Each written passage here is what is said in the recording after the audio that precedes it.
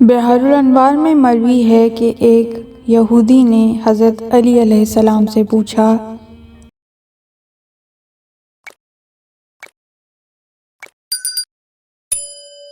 کیا آپ کے رسول نے یہ فرمایا ہے کہ انار میں ایک دانہ جنت سے ہوتا ہے؟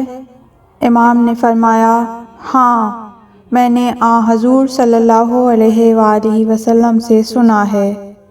یہودی نے کہا جو شخص سالم انار کھا لے گا کیا وہ جنت میں جائے گا؟ امام علی علیہ السلام نے فرمایا ضرور جائے گا۔ یہودی نے کہا میں نے ابھی انار کھایا ہے، پھر میں بھی جنت میں جاؤں گا؟ امام علی علیہ السلام نے فرمایا اللہ وہ دانہ کافر کو نصیب ہی نہیں کرتا۔ یہودی نے کہا میں نے پورے دھیان سے انار کھایا ہے، پوری توجہ کے ساتھ، اور ایک دانہ بھی ضائع نہیں کیا۔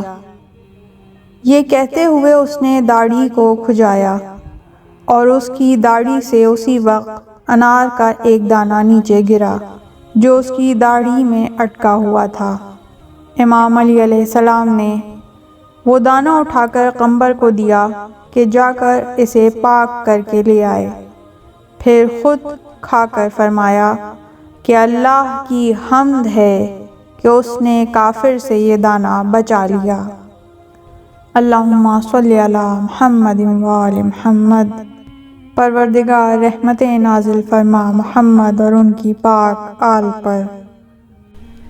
اس طرح کی مزید تحقیقی، علمی اور تاریخی ویڈیوز دیکھنے کے لیے چینل کو سبسکرائب کیجیے اور بیل آئیکن پہ کلک کیجیے۔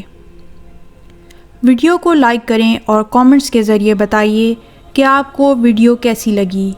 اگلی ویڈیو تک کے لیے خدا نگہدار۔